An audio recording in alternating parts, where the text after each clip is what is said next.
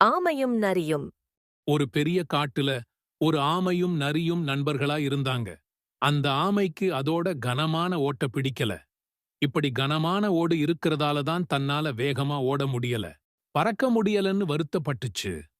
அந்த ஆமை இறைவன் கொடுத்த உடல் எப்பவும் ஒவ்வொரு மிருகத்துக்கும் மாறுபடும். ஒவ்வொரு மிருகத்துக்கு தனித்துவமான உடல்வாகு. கடவுள் ஏன் கொடுத்திருக்கிறாரு தெரியுமான்னு நரி கேட்டுச்சு. எனக்கு ஒன்னும் தெரியாது. நீதான் சொல்லேன்னு சொல்லுச்சு. ஆமை உடனே நரி சொல்லுச்சு. நரி இத கேட்ட பிறகும் ஆமைக்கு திருப்தி இல்ல. அப்பத்தான் ஒரு வேடன் அந்த நரிய தன்னோட வில்லுல குறி வச்சிருக்கிறத பார்த்துச்சு.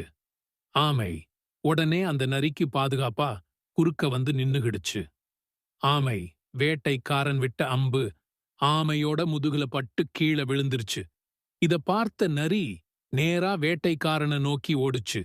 நரி தன்னை நோக்கி வர்றத பார்த்த வேடன் அங்க இருந்து ஓடிட்டான்.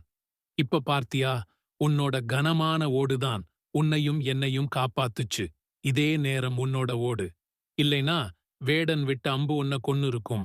இனிமே உன்னோட உடம்ப பத்தி யோசிக்காம நல்லபடியா வாழ்க்கைய நடதுன்னு சொல்லுச்சு.